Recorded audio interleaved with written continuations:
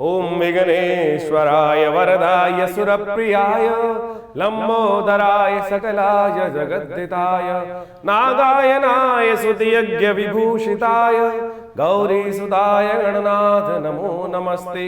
या श्री स्वयं सुगतिनां भवने स्वलक्ष्मी पापात्मनां कृतिदयां हृदये सुबुद्धि श्रद्धा सदां कुलजन प्रभवस्य लज्जा तां त्वां नतास्म परिपालय देवी विश्वम्।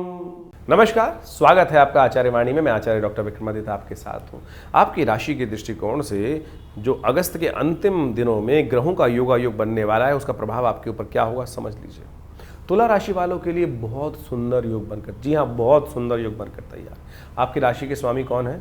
आपकी राशि के स्वामी शुक्र है, और शुक्र का बुध के साथ एक अद्भुत प्रकार का योग इस अगस्त के अंतिम समय में बनने जा रहा है, और ये योग एक तरह से महालक्ष्मी योग के रूप में जाना जाता है।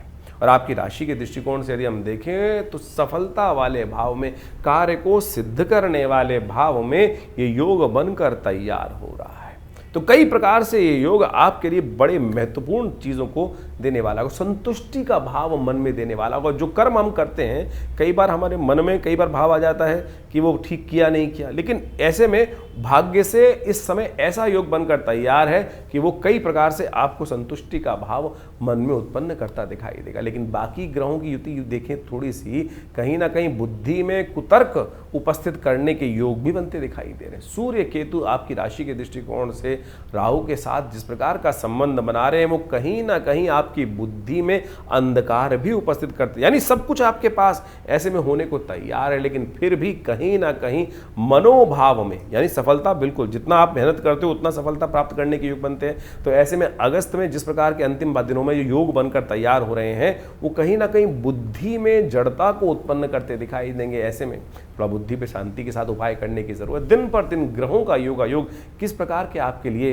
योग बना रहा है। इन दिनों बाकी ग्रहों के साथ साथ देखें तो मंगल ने एक बहुत विचित्र प्रकार का योग बना दिया है आपकी राशि के दृष्टिकोण से।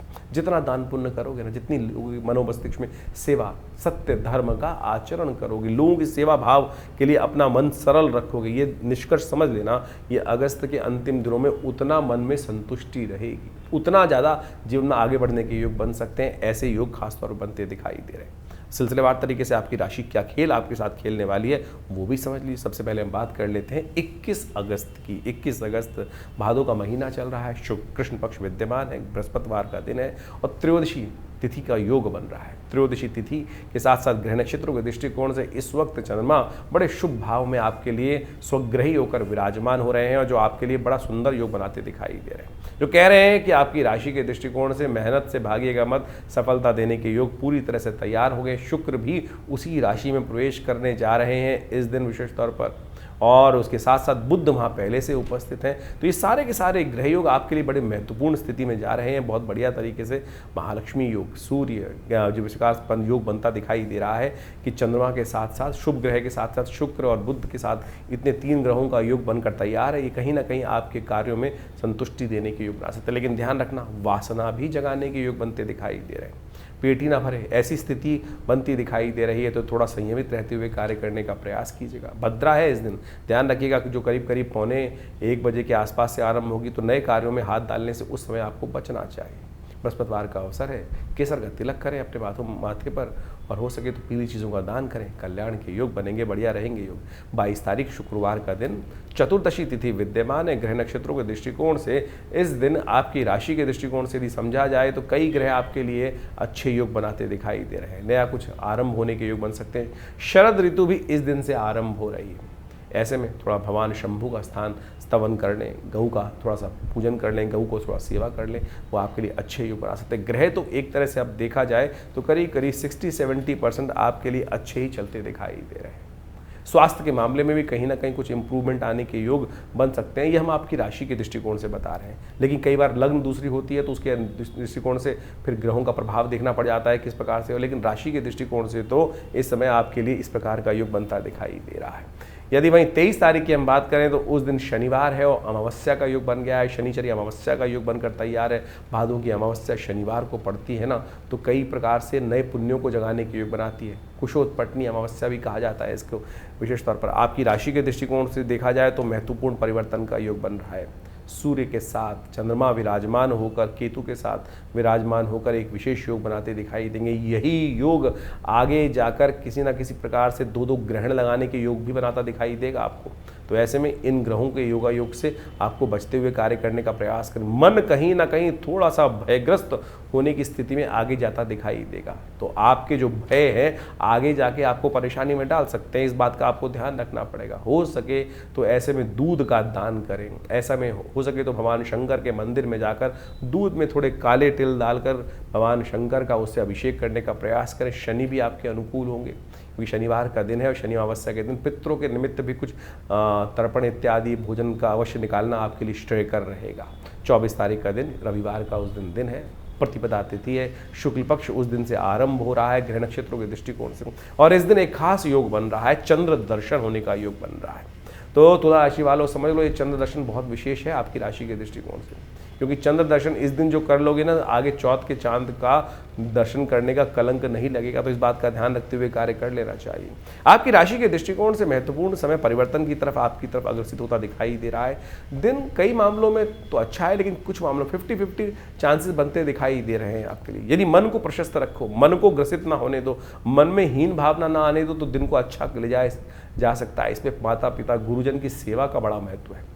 कोई गरीब आ जाए तो उसकी सेवा अवश्य करने का प्रयास कीजिए, लेकिन एक बात ध्यान रखिएगा कि ऐसे लोगों से बच के रहिएगा जो रमते जोगी हों, जहाँ किनका ठौर ना ठिकाना। ऐसे लोग कहीं ना कहीं धोखा देने की स्थिति में कर सकते हैं। पहले अपने परिवार को देखने का, अपने लोगों को देखने का आपको प्रयास करना चाहिए। दोस्ती यारी के चक्कर में कहीं ना कहीं फालतू के लोगों के चक्कर में कुछ ना कुछ घर में विवाद होने के योग बनते दिखाई दे रहे हैं। तो हो सके तो इस दिन गेहूं का दान करें, शाम के समय चंद्र दर्शन करें, आपके लिए अच्छा रहेगा।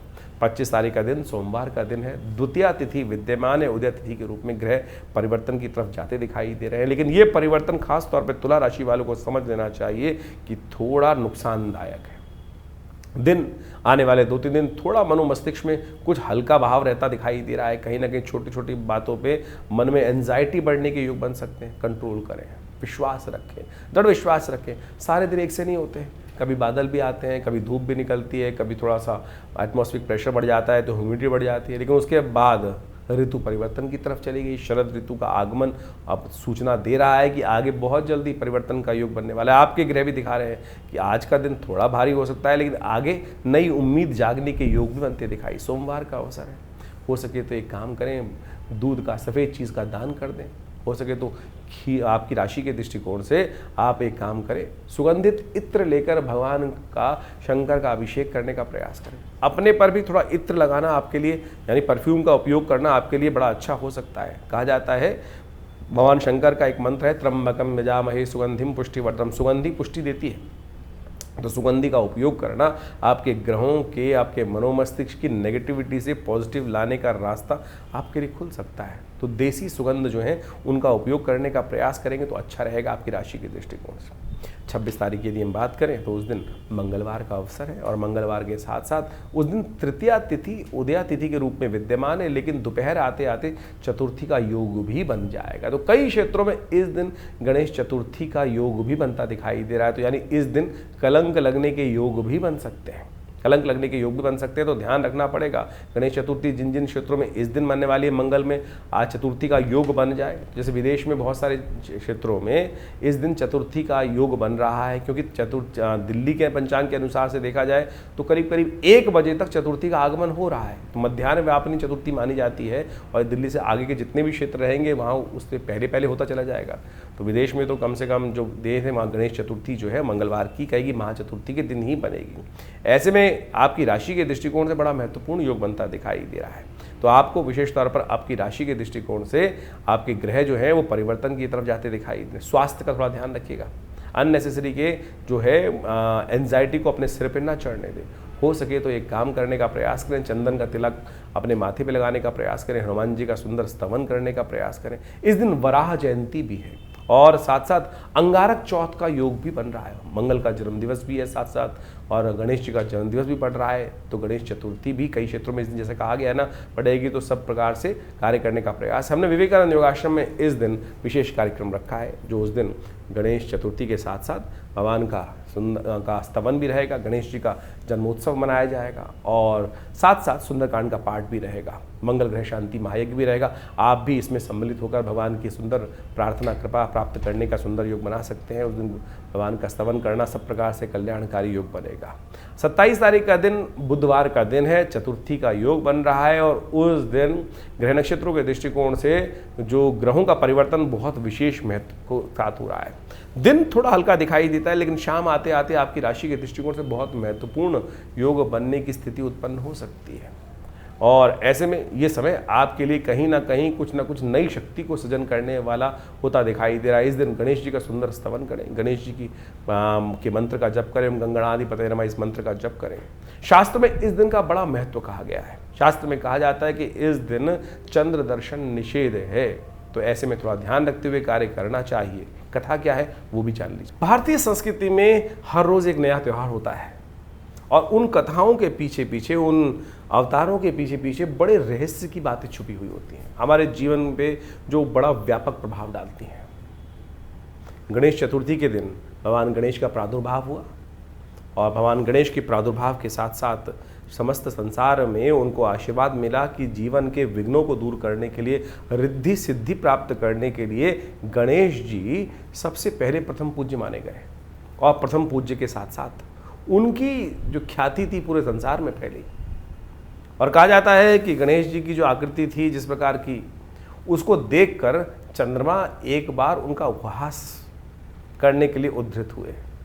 चंद्रमा उनके स्वरूप को देखकर जब हंसे तो कहा जाता है चंद्रमा को कलंक लगा, श्री गणेश के श्राप का उनको भागी बनना पड़ा और गणेश जी के श्राप से कहा गया कि चंद्रमा अपने सौंदर्य पर जो लेकर जो इतराते हैं, उनका जो भी दर्शन करेगा उन पर कलंक लगना भी आवश्यक हो गया। उस दिन से कहा जाता है कि चंद्रमा को ऐसा श्राप लगा कि बिल्कुल आज के बाद जो तुम्हारा दर्शन करेगा, तुमको अपने स्वरूप के ऊपर इतना अभिमान है कि जिसके कारण से तुम बड़े सुंदर लगते हो कि तुम्हारे में कलंक रहेगा, जो भी तुम्हारा दर्शन करेगा उस पर भी कलंक लगने के योग बनेंगे। तब कहा जाता है चंद्रमा बड़े शोक भाव से भगवान के समक्ष उपस्थित हुए, बड़ी क्षमा मांगी। तब जाकर श्री गणेश ने उस पूरे जीवन पर्यंत के कलंक को, श्राप को केवल एक दिन पर बांध दिया। तो भाद्रपद मास की शुक्ल पक्ष की गणेश चतुर्थी जिस दिन होती है, गणेश जी का जन्मोत्सव जिस दिन होता है, जिस दिन ये घटना घटी थी उसी दिन तक के लिए कुछ देर के लिए चंद्रमा बाहर निकलते हैं शाम के समय पर थोड़ी देर के लिए, और वो बड़े सुंदर चंद्रमा होते हैं उस दिन जब निकलते हैं। उनकी आभा बड़ी दिव्य होती है, लेकिन वो आभा ऐसी होती है कि उस दिन जिसकी नज़र चंद्रमा पर पड़ गई, उनके जीवन में वो कलंक लगना निश्चय हो जाता है कि वो कलंक लगेगा ही लगेगा। और जो उनका दर्शन कर लेता है तो उस दिन भगवान कृष्ण तक ने एक बार उस चंद्र के दर्शन कर लिए थे। चौथ के चांद का दर्शन कहा जाता है कि बिल्कुल नहीं करना चाहिए। रामायण के अंदर भी इस भाव को रखा गया है कि बुद्धिमान व्यक्ति जो होते हैं इस बात को मानते हैं कि चौथ के चांद को नहीं दर्शन करते हैं, चौथ के चांद को दर्शन कर लेने से कलंक लग जाता है। तो इसलिए बुद्धिमान व्यक्तियों को इस बात का ध्यान रखना चाहिए। लेकिन गलती से मत्थे लग गया चंद्रमा, हम घर से बाहर निकलते हैं, कई बार सामने देखते हैं चंद्रमा निकले हुए हैं, बड़े सुंदर लग रहे हैं और ध्यान रहा नहीं, चतुर्थी है तो जिस दिन, और निश्चित मान लीजिए कलंक लगना निश्चित हो गया। भगवान कृष्ण ने भी गलती से चंद्रमा के उस दिन दर्शन एक बार कर लिए। कहा जाता है कि उनके ऊपर भी कलंक लगा सम्यंतक मणि चुराने का। कहा जाता है कथा के दृष्टिकोण से द्वारकापुरी में सत्राजीत नाम का एक उनका भाई था और वो साधना करता था, नित्यपति भगवान सूर्य की उपासना करता था। भगवान सूर्य की उपासना कर कर भगवान सूर्य को प्रसन्न किया और वो सम्यंतक मणि भगवान से प्राप्त करी। और कहा जाता है उस मणि का इतना प्रादुर्भाव था, इतना चमत्कार था कि वो नित्यपति स्वर्ण को देती थी और उस स्वर्ण को जिस प्रकार से प्राप्त होता था, जिसके पास भी वो मणि रहेगी वो स्वर्ण ही स्वर्ण में खेलता था। तो वो नित्यपति इस भाव को रखता था। लोगों ने कहा सत्राजीत को कि ये मणि तेरे लायक नहीं है, तुमको भगवान कृष्ण को दे देनी चाहिए, जिससे समाज के सुंदर कार्य हो सके, समाज में सुंदर लोगों की सहायता हो सके। लेकिन सत्राजीत अभिमान ग्रसित था। तो सत्राजीत ने उस जब सम्यंतक मणि को भगवान सूर्य से प्राप्त कर लिया तो कहा जाता है कि वो 8 पैर सोने का निर्माण करती थी। लोगों ने कहा भगवान कृष्ण को ये मणि दे देनी चाहिए। तेरे लायक नहीं है, लेकिन वो अभिमान ग्रसित था, साधना से प्राप्त करी हुई उस निधि को कैसे किसी और को दे दे। उसने वो मणि जो थी अपने भाई प्रसेन एक दिन वो मणि पहनकर जंगल में चला गया, और जब वो प्रसेन जंगल में चला गया तो कहा जाता है कि वहाँ उसका युद्ध जामवंत से हुआ। जामवंत से युद्ध होने के बाद प्रसेन को जामवंत ने मार दिया, और जामवंत ने जब प्रसेन को मार दिया तो सत्राजित वहाँ पहले से ही इस बात से भाव था उसको कि भगवान कृष्ण इस मणि को प्राप्त करना चाहते हैं, जबकि भगवान की कोई इच्छा नहीं थी। वो समाज की बात कर रहे थे, समाज में बहुत सारे लोगों ने इस बात को रखा था कि सत्राजित ये मणि तेरे स्वरूप के अनुसार से नहीं है, इसको भगवान कृष्ण के पास ही होनी चाहिए। इस भाव को मन में रखकर, क्योंकि वो देव योग से घटना घट चुकी थी कि भगवान हमने चंद्र का दर्शन कर लिया था, कलंक उन पर लगना था, और वो कलंक लग गया सब पूरे राज्य के अंदर। इस बात को सत्राजित ने आक्षेप किया भगवान, क्योंकि भगवान ने चुरा ली मेरी मणि। तो कहा जाता है कि भगवान इस आरोप से मुक्त होने के लिए जिस प्रकार से उनके चरणों को देखते हुए, प्रसेन के चरणों को देखते हुए जंगल में गए। जंगल में जाके देखा कि वो चरण जो हैं एक गुफा की तरफ जा रहे हैं, और उस गुफा से एक प्रकाश सा बाहर निकल रहा है। भगवान ने जाके देखा कि उस प्रकाश के मणि से भालू के रीछ के कुछ बच्चे खेल रहे हैं, और जब रीछ के बच्चे खेल रहे हैं तो भगवान ने उसको प्राप्त की। तो वहाँ जामवंत पीछे आए, और जामवंत जब आए तो भगवान के साथ उनका युद्ध हुआ। इससे पहले पूर्व में कथा आती है शास्त्र के दृष्टिकोण से। जामवंत कौन है? जो भगवान राम के समय थे। भगवान राम जब इस धरा से गए तो अपने साथ जितने भी अनुयायी थे, जितने भी उनके भक्त थे, सबको ले गए। जामवंत भी उनके एक भक्त थे, लेकिन वो भगवान के साथ नहीं गए। कहा जाता है इस संसार में कोई भी एक मनुष्य जब तक मन में रहे तब तक इसे निवृत्ति मोक्ष नहीं हो सकता। भगवान के साथ जाने का मतलब मोक्ष को प्राप्त करना था। जामवंत के मन में इच्छा थी कि कहीं ना कहीं भगवान के समक्ष रखी थी कि भगवान के साथ वो अपने शौर्य को प्रदर्शन करने के लिए युद्ध करना चाहते थे। तो भगवान ने कहा एक तो जामवंत जी आप बहुत बूढ़े हैं, फिर आपने हमारी सहायता करी है, तो हम आपके साथ तो इस जन्म में तो युद्ध कर नहीं सकते। तो इसी कारण से कहा जाता है कि वो इतने लाख वर्ष इसी धरा पे रहे, और जब फिर भगवान कृष्ण का अवतरण हुआ तब भगवान कृष्ण के साथ उनका युद्ध हुआ, और युद्ध में 21 दिन तक लगातार युद्ध होने के बाद वो युद्ध में कहा जाता है कि जामवंत हारे, और वहाँ से भगवान ने मणि भी प्राप्त करी और जामवती को भी प्राप्त किया, और उन दोनों को लेकर पुनः द्वारका पधारे और वो सत्राजित को वापस करी और पूरी कथा सुनाई। कहा जाता है इस कथा को सुन लेने से वो जो कलंक होता है वो नहीं लगता है। तो इस बात को हमें ध्यान रखिए। इसके साथ एक और बात बता देते हैं हम आपको, इस कथा के साथ साथ समझ लेनी चाहिए कि इससे पहले जो दूज का चांद निकलता है, जो इसी मास में शुक्ल पक्ष का आरंभ जब होता है उस दिन दूज के दिन भी चांद निकलता है। कहा जाता है इसीलिए भारतीय संस्कृति में परंपरा बनी कि दूज का चांद अवश्य देखना चाहिए। जो दूज का चांद को देखकर माता पिता गुरुजन का आशीर्वाद लेता है, गौ पूजन करता है, उसके जीवन में कभी कोई कलंक नहीं लगता। तो इससे पहले भाद्रपद मास में जो चांद दूज को दिखाई देगा, यदि उसका भी दर्शन शाम के समय कर लेंगे तो फिर गलती से यदि चंद्रमा चौथ का चांद आपके माथे लग भी गया तब भी उसका कलंक आपके मनोमस्तिष्क को परेशान नहीं करेगा। आपकी कीर्ति पर कलंकित नहीं करने का आरोप, जो कलंक करने का आरोप लगता है वो नहीं लगेगा। ये शास्त्र में अद्भुत चीज़ है। ये नहीं कि एक चीज़ का रास्ता नहीं है। तो आप समझे इन वर्ण कथाओं के माध्यम से हमारे जीवन में जो घटनाएं घटती हैं उनको भी। अब इस बात को एक और समझें, ज्योतिष के दृष्टिकोण से कहाँ महत्वपूर्ण बात आती है कि ज्योतिष के दृष्टिकोण से अब ये तो कर्म के अनुसार से भाग्य बन गया ना। आपकी जन्मपत्री में तो कहीं नहीं लिखा था कि आप इस प्रकार का दर्शन कर लोगे फिर आपका कलंक लग जाएगा जीवन में।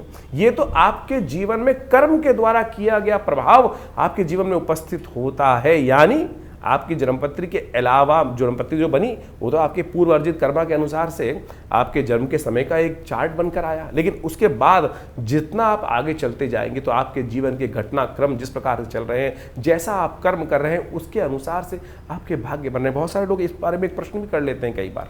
ये समझने की आवश्यकता है कि क्या हम पूर्व अर्जित कर्मों के अनुसार से ही जीवन को आगे व्यतीत करते हैं? नहीं भाई, आप उसके साथ साथ अपने प्रत्यक्ष कर्म के द्वारा भी अपने पूर्व अर्जित कर्मों को बढ़ा सकते हैं, घटा सकते हैं। दुष्कर्मों को घटा सकते हैं पुण्यों के द्वारा। जो आप यज्ञ इत्यादि, दान इत्यादि, पुण्य इत्यादि, उपाय इत्यादि विभिन्न प्रकार से करते हैं वो यही तो है। इसी के द्वारा तो पूर्व जन्म में, पूर्व समय में किए गए दुष्कर्मों का प्रायश्चित कर उसका घटन किया जाता है, उसको हटाया जाता है। तो यानी जो कर्म प्रधान विश्व रच राखा, ये भाव जो रखा गया है, यानी अब जो कर्म हो गया, मनसा वाचा कर्म, 3 प्रकार के कर्म शास्त्र में वर्णित है, उनको हो जाने से जीवन में जो प्रभाव उसका उत्पन्न होता है उसको घटाया बढ़ाया जा सकता है। जी हाँ, इस घटना के माध्यम से केवल घटना मत समझें, केवल एक कथा को ना समझें, इसका सारांश को समझने की आवश्यकता है कि क्या प्रभाव आपके जीवन में ग्रहों का पड़ रहा है। तो आप किसी भी प्रकार से यदि कोई गलती हो भी गई तो उसका प्रायश्चित करने के विभिन्न मार्ग शास्त्र में जगह जगह वर्णित किए गए हैं। तो इस कथा के माध्यम से हम समझें। तो इस दिन भगवान का स्तवन करें, श्री गणेश का स्तवन करें। अब जो कर्म हो गया, चंद्रमा के द्वारा भी तो गलत कर्म हुआ, वो चाहते तो नहीं थे, लेकिन क्या हुआ, सामने एक ऐसी स्थिति बनकर आ गई, भगवान शंकर के पुत्र के ऊपर हाथी का चिन्ह लग गया। तो कोई भी व्यक्ति जब कुछ ऐसी प्रकार से एक अजीब चीज़ देखता है तो उपहास उठाने का एक स्वाभाविक प्रयास करता है। वो उपहास का जो उपहास यानी हास मजाक करने का कितना दुष्प्रभाव हुआ कि चंद्रमा पर जीवन पर्यंत का कलंक लग गया। लेकिन फिर उन्होंने पश्चाताप किया, भगवान के समक्ष क्षमा मांगी, तो उस क्षमा मांग के 365 दिन पूरे जीवन का कलंक हटाकर केवल 2 आधे घंटे के लिए उस कलंक को बांध दिया गया। चल इतनी देर के लिए तेरे को प्रायश्चित इतनी देर तो करना ही पड़ेगा, इतना तूने जो किया। तो यानी जिस प्रकार के भी ये कर्म करते हैं, लेकिन सबसे पहले हम समझें कि हमारी गलत हुआ, उसको ठीक करने का मार्ग अवश्य बनाने का प्रयास करें। इन कथाओं के माध्यम से ज्योतिष के साथ हम कई बार एक कथा सुनाते हैं, तो इस बात को हमें समझना चाहिए कि इन सबका महत्व ज्योतिष के साथ है। ज्योतिष बिना पुराण के अनुसार से नहीं समझी जा सकती। ज्योतिष केवल ग्रहों का खेल नहीं है। ग्रहों को जानने के साथ साथ उनके द्वारा किए गए जो प्रभाव हैं, अच्छे या बुरे, बुरे हैं तो उनको निष्क्रिय कैसे करना है, उनका जो माध्य निकलना है, रास्ता निकलना है, वो इन जो वैदिक शास्त्र हैं उनके अनुसार ही निकलना है। तो हमने इस बात को आपके समक्ष इसी कार्यक्रम में इसलिए रखने का सोचा कि आपको पूरा सार समझाने का प्रयास, छोटे रूप में नहीं समझ सकते हैं तो आप किसी प्रकार की भी जीवन में चिंता करना छोड़ें। सबसे पहले तो अरे कुछ ये प्रभाव हो गया, बहुत सारे लोग से पकड़ के बैठ जाते हैं कि मेरी तो 7.5 चल रही है, मेरा तो ये चल रहा है, मेरा तो वो चल रहा है। अरे चलना है तो चलने दीजिए ना, उसका हम ठीक करने का रास्ता भगवान की प्रार्थना से, उन उपायों से सही मार्ग पर चलकर प्राप्त करने का प्रयास करें। बहुत सारे लोग बड़े विचित्र होते हैं, लाखों रुपए खर्च करने को तैयार है कि मैं इसको कर देता हूँ, ऐसा कर देता हूँ, ये पंडित जी मेरे लिए ये जब कर देंगे, ऐसा कर देंगे, वो कर देंगे। क्या? अरे आपके स्वयं करने से होने वाला है। मैं ये पहन लेता हूँ, कोई अंगूठी पहन रहा है, कोई कुछ कर रहा है, कोई कुछ कर रहा है। कर्म मन से सोचने से, कर्म को सही मार्ग पे करने से तब जाकर कष्टों से निवृत्ति का मार्ग बनेगा। इसको सैद्धांतिक तौर पर आपको अच्छे से समझ लेना चाहिए। आपका स्वयं का समर्पण चाहिए, तब जाकर भगवान की कृपा आपके जीवन में प्राप्त होगी। तो ये सुंदर रूप से गणेश जी का जो जन्म की कथा है ये बड़ी अद्भुत है, और हमने इस दिन विशेष तौर पर भगवान की प्रार्थना करने के लिए आश्रम में बड़े विशेष कार्यक्रम रखे हैं। आप सब उसमें सम्मिलित हो सकते हैं भगवान की कृपा प्राप्त करने के लिए। इस बार पंचांग के दृष्टिकोण से बड़ा एक और योग बन रहा है कि जो गणेश चतुर्थी के दिन योग बन रहा है, कई क्षेत्रों के अनुसार क्षेत्रवाद रहेगा इसमें। जिन जिन क्षेत्रों में जैसे चतुर्थी 2 दिन की पड़ रही है इस बार, अब पूरे विश्व के दृष्टिकोण से देखा जाए तो जहां मध्यकालीन चतुर्थी जिस समय पर आ रही है, जैसे यदि हम बहुत सारे विदेश में देखें, भारत से आगे जाके देखेंगे तो वो मंगलवार के दिन ही चतुर्थी का योग पड़ रहा है जो वहाँ रहेगा, तो वहाँ महाचतुर्थी का योग बन गया। यानी गणेश चतुर्थी के दिन मंगलवार के दिन रहेगी तो महाचतुर्थी का योग बन जाएगा। तो ऐसे में मध्याह्न व्यापनी दोपहर के समय जहाँ चतुर्थी जिस समय पड़ रही है वहाँ गणेश चतुर्थी मानी जाएगी। और कलंक चौथ है वो भी पत्थर चौथ जो है वो उसी दिन बनेगी। इसका एक नाम पत्थर चौथ भी है।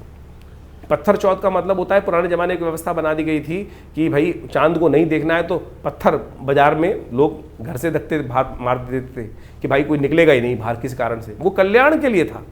पत्थर मारने की परंपरा ये नहीं थी, वो पत्थर इसलिए चढ़ा दिए जाते थे कि भाई कोई निकलेगा, गलती से किसी का जो डायरेक्ट कनेक्ट जो है वो चंद्रमा के साथ हो जाए तो फिर वो कलंक ना लगे उसको। तो उससे बचने के लिए एक परंपरा इस प्रकार से कुछ देसी जगहों में चल गई, लेकिन शास्त्र में इसको इस प्रकार से प्रमाणित नहीं किया गया है। तो वो पत्थर चौथ के नाम से भी प्रचलित हो गया है वो चौथ जो है। तो वो मंगलवार को, जिन क्षेत्रों में मध्याह्न वापनी चतुर्थी रहेगी मंगलवार के दिन, तो उस दिन वहाँ पर वो चतुर्थी मंगलवार के दिन मनाई जाएगी।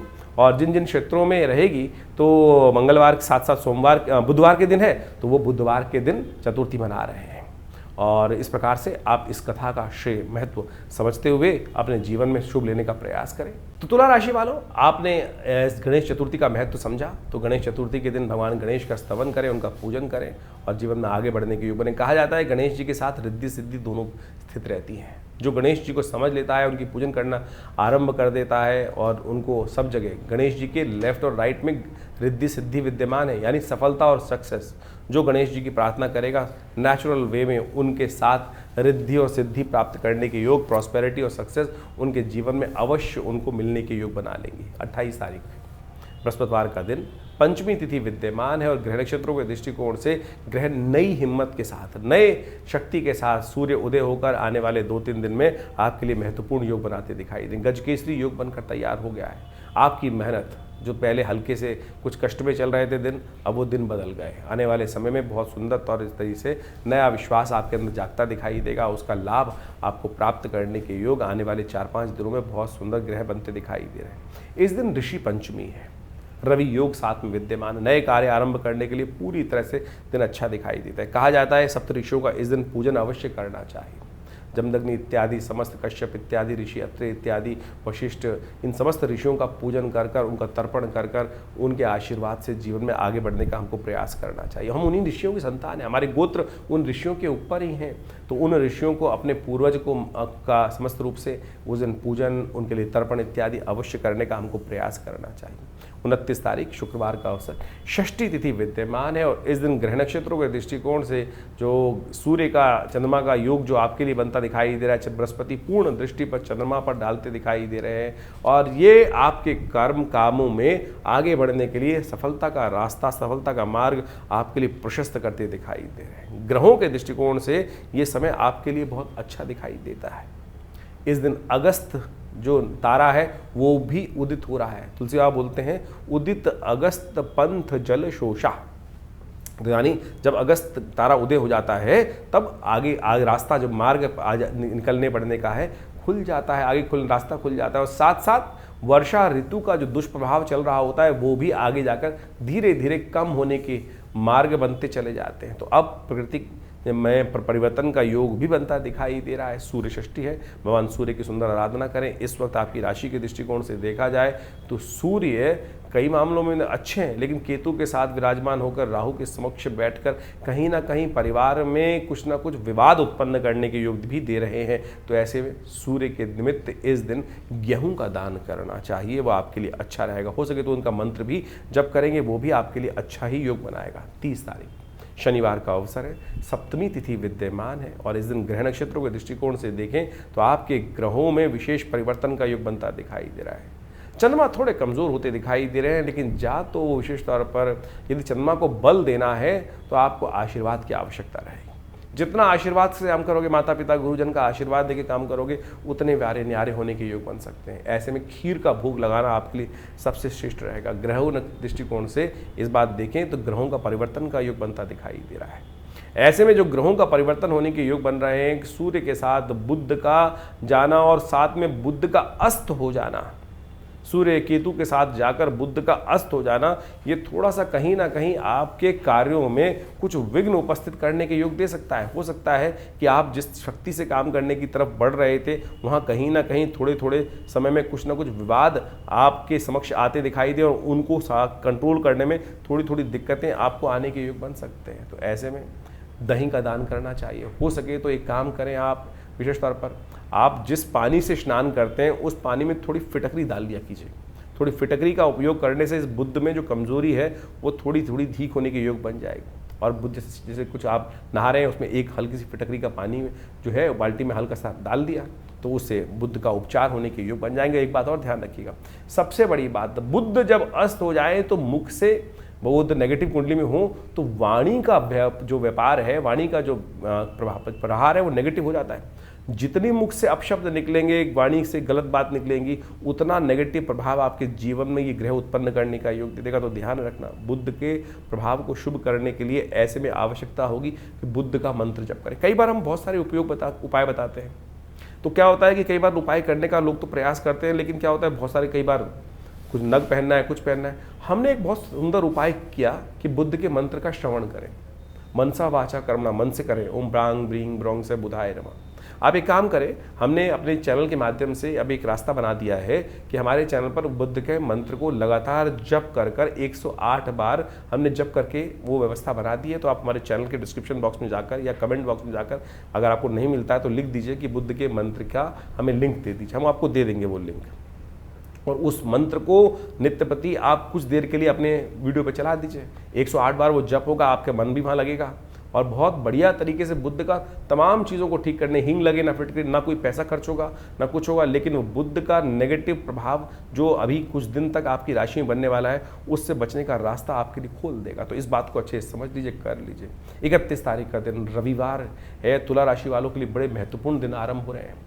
आपकी शुक्र प्रधान राशि है और शुक्र प्रधान राशि ऐश्वर्य की राशि मानी जाती है। शुक्र इन दिनों आपकी राशि के दृष्टिकोण से बहुत विचित्र प्रकार का योग बनाकर तैयार होकर बैठ गए हैं। ये कई प्रकार की भूख जगाते दिखाई दे रहे हैं। कई समय से आपके नए नए लिंक्स को डेवलप करने का रास्ता, नए नए लोगों से संपर्क साधने का रास्ता भी खुलते दिखाई दे रहे हैं। लेकिन यहाँ आपके साथ इन दिनों कई प्रकार की चीज़ें भी नई नई होती दिखाई देंगी। तो जो लोग नए हैं, यंग हैं, कुछ एंथुजियाज्म है, जो नई एनर्जी से साथ में है, उनको थोड़ी अपनी काम शक्ति को कंट्रोल भी करने का प्रयास करना चाहिए। वो आपका इस बात का ध्यान रखते हुए कार्य करें, नहीं तो कई मामलों में कलंक लगने के योग भी बनते दिखाई दे रहे हैं। इस दिन से महालक्ष्मी व्रत आरंभ हो रहे हैं, इस दिन राधाष्टमी भी है और साथ साथ दुर्वाष्टमी भी इस दिन पड़ रही है। तो इस दिन भगवती राधा जी का सुंदर स्तवन करें। कहा जाता है ना कि राधे राधे जपो चले आएंगे बिहारी। तो भगवती का सुंदर स्वरूप इस राधा नाम का श्रवण कर लेने से जीवन के समस्त कष्ट दूर होने के योग बन जाते हैं। भक्ति भाव से भगवती की आराधना करने का प्रयास करें। इस दिन भगवती दुर्गा को दूर्वा चढ़ाए। वैसे तो शास्त्र में निषेध है कि जो दूर्वा अंकुर है वो दुर्गा जी को नहीं चढ़ते, लेकिन इस दिन भाद्रपद मास की अष्टमी के दिन दूर्वा के 2 अंकुर भगवती को अवश्य चढ़ाने चाहिए। और इससे कहा जाता है कि रोग दोष के बहुत सारी समस्याएं दूर होने के योग बन जाते हैं। और सबसे बड़ी बात, महालक्ष्मी के व्रत आरंभ हो रहे हैं। इस दिन महालक्ष्मी का सुंदर व्रत आप करने का प्रयास करें। महालक्ष्मी का व्रत करके आप अपने बहुत से कष्टों को दूर करने के योग बना सकते हैं। महालक्ष्मी की पूर्ण व्रत की विधि हम आपको बताने जा रहे हैं, समझ लीजिए, कर लीजिए। ये वर्ष में जो दिन आते हैं 16 दिन खासतौर पर बहुत महत्वपूर्ण है, कर लेंगे तो कल्याण का योग बन जाएगा। तो अभी आपने नित्य प्रति राशि का फल समझने का प्रयास किया और अब आप समझें कि सबसे महत्वपूर्ण जो इस पूरे के पूरे अगस्त के अंदर एक तिथि पड़ रही है वो है महालक्ष्मी व्रत की। इस संसार में समस्त कार्य करने के लिए महालक्ष्मी कृपा चाहिए और महालक्ष्मी को प्रसन्न करने के रास्ते शास्त्र में अनेक विद्यमान हैं। लोग परंपरागत महालक्ष्मी के व्रत रखते ही हैं, लेकिन महालक्ष्मी के व्रत किस प्रकार से किए जाएं, शास्त्र में उसके ऊपर अनेक कथानक, अनेक जो प्रकार हैं, उनकी पूजाओं की पद्धतियां हैं वो विकसित की गई हैं। लेकिन सबसे ज़्यादा महत्वपूर्ण जो है वो है महालक्ष्मी को प्रसन्न करने के ये महालक्ष्मी के जो व्रत हैं विशेष तौर पर। लेकिन व्रत किस प्रकार से किया जाए इसको हमको समझने की आवश्यकता है। ये महालक्ष्मी के व्रत जो हैं ये भगवती महालक्ष्मी का आशीर्वाद किस प्रकार से देंगे। शास्त्र में अनेक प्रकार की कथाएं और अनेक अनेक उपनिषदों में, पुराणों में उनको बहुत महत्वपूर्ण तरीके से स्थान दिया गया है। कहा जाता है कि एक बार महर्षि भृगु भ्रमण करते करते उनकी इच्छा मन में आई कि भगवान के दर्शन किए जाएं। तो वो घूमते घूमते विष्णु लोक पहुँचे। वहाँ कहा जाता है कि भगवान श्री सागर में शेषनाग के ऊपर भगवती के साथ विराजमान थे और योग निद्रा में उस वक्त भगवान गए हुए थे, विश्राम कर रहे थे। महाराज भृगु जब पहुँचते हैं, महर्षि भृगु वहाँ पर, तो भगवान योग निद्रा में होने के कारण से उठते नहीं हैं। तो भृगु को बड़ा विचित्र लगता है, पता नहीं किस कारणवश उन्होंने अपना जो चरण था वो भगवान विष्णु की छाती पर रख दिया और कहा कि आपका भक्त यहाँ आया और आप प्रभु आप विश्राम में हैं। कहा जाता है कि भगवान तत्काल उठे और उन्होंने भृगु को प्रणाम किया और कहा कि महाराज आप आए और मैं विश्राम में रहा। लेकिन जिस प्रकार से उन्होंने चरण से भगवान विष्णु के वक्षस्थल पर आघात किया, कहा जाता है महालक्ष्मी वहीं बैठी हुई रुष्ट हुई थी। जो रुष्ट हुई तो उन्होंने महाराज भृगु को श्राप दिया कि आज के बाद हम किसी भी प्रकार से जो आप लोगों के पास नहीं आएंगे। भृगु महाराज ने भी बड़े उत्कृष्ट प्रकार के विद्वान ऋषि रहे और उन्होंने वर्णन, शास्त्र में वर्णन मिलता है कि उन्होंने भगवती के सामने अनुनय विनय के साथ एक प्रार्थना करी कि भगवती ये मेरा भगवान का एक निजी संवाद था, भक्त हूँ और भक्त की विशेष तौर पर एक भगवान के साथ अपने दास की अपने स्वामी के साथ एक बड़ी तारतम्यता होती है, एक घनिष्ठ प्रेमता होती है। और भगवान ने कुछ नहीं कहा, लेकिन आपने श्राप दिया, मैं उसको स्वीकार करता हूं, लेकिन ऐसे मंत्र बनाता हूं।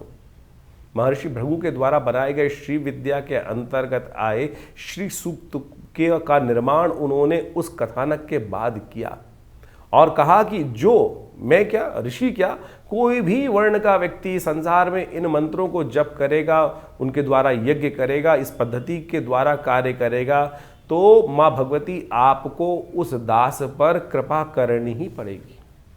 और उनके द्वारा बनाए गए वो मंत्र विशेष तौर पर कहा जाता है महालक्ष्मी सूक्त के रूप में उपस्थित है। ऋग्वेद में आए हुए उपनिषद के अंतर्गत, ऋग्वेद उपनिषद के अंतर्गत आए हुए इस महालक्ष्मी सूक्त के अंदर इन मंत्रों का वर्णन मिलता है।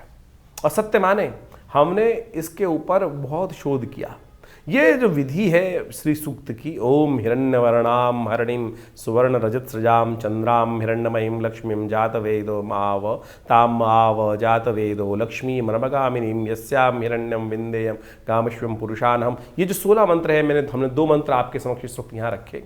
इनको जो नित्यपति इनके द्वारा भगवती महालक्ष्मी की आराधना करते हैं, और तो कहा जाता है कि महालक्ष्मी बाध्य हो जाती हैं उस जातक पर अपनी कृपा करने के लिए। तो इन महालक्ष्मी के जो व्रत आरंभ हो रहे हैं 31 तारीख से, भाद्रपद मास की जो अष्टमी जो बन रही है, उस दिन से ये महालक्ष्मी व्रत आरंभ जो हो रहे हैं, इस दिन से नित्यपति भगवती की षोडशोपचार पूजन करने के उपरांत इन मंत्रों का जप और नित्यपति घी के द्वारा, कमल के बीजों के द्वारा और बिल्व की सामग्री का उपयोग करते हुए, समस्त चीज़ों का उपयोग करते हुए श्रद्धा भाव से यदि नित्यपति इन मंत्रों का जप आप इन 16 दिनों में करेंगे, तो भगवती महालक्ष्मी की असीम कृपा प्राप्त होने का योग बन जाता है।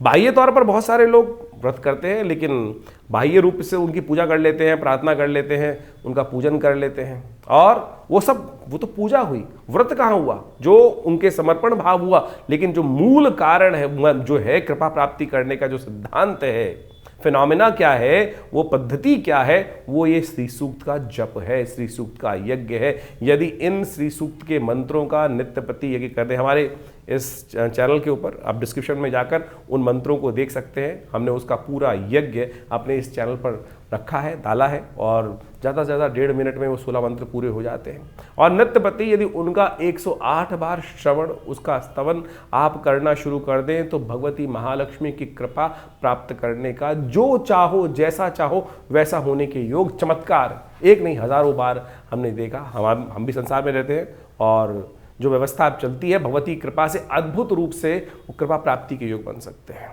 तो आप कैसे भी जीवन में दुर्भाग्य के योग बने हुए हो और ग्रहों का अशुभ प्रभाव हो, वो मंत्र वो शक्ति है कि मंत्र जो है वो देवताओं को बाध्य कर देते हैं आप पर कृपा करने के लिए, ग्रहों के दुष्प्रभाव को एक तरफ कर देते हैं। यदि इन शास्त्रोक्त विधि के अनुसार से, हमारी भारतीय संस्कृति ऐसी चमत्कारिक संस्कृति है कि जो साथ साथ क्या है कि जो बिल्कुल पद्धति युक्त है कि अगर आप पूर्ण इस श्रद्धा के अनुसार से, विश्वास के अनुसार से इस मार्ग पर चलोगे, तो उस गंतव्य के निष्कर्ष पर, अंतिम लक्ष्य को प्राप्त करने का रास्ता बनेगा ही, उसमें कोई दो राय हो ही नहीं सकती हैं।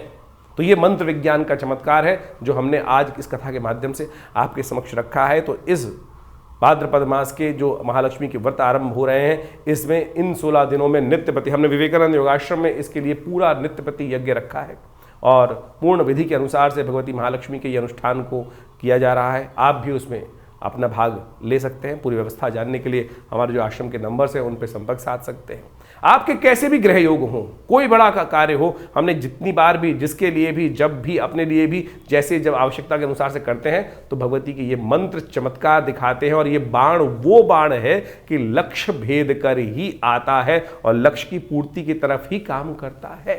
तो बड़ी श्रद्धा के साथ आप इन महालक्ष्मी व्रतों को करें, श्रद्धा के साथ इन तरफ चलें। हमारा विश्वास है कि भगवती कृपा से आपके अद्भुत मनोकामना सिद्धि के योग अवश्य बनेंगे। तो इस कार्यक्रम में हमने आपके समक्ष समस्त राशि का प्रभाव उपस्थित किया, तो आप इस पर चलकर, इन मंत्रों को जानकर, इस विद्धि को जानकर अपने जीवन में कल्याण का मार्ग प्रशस्त करें। धन्यवाद।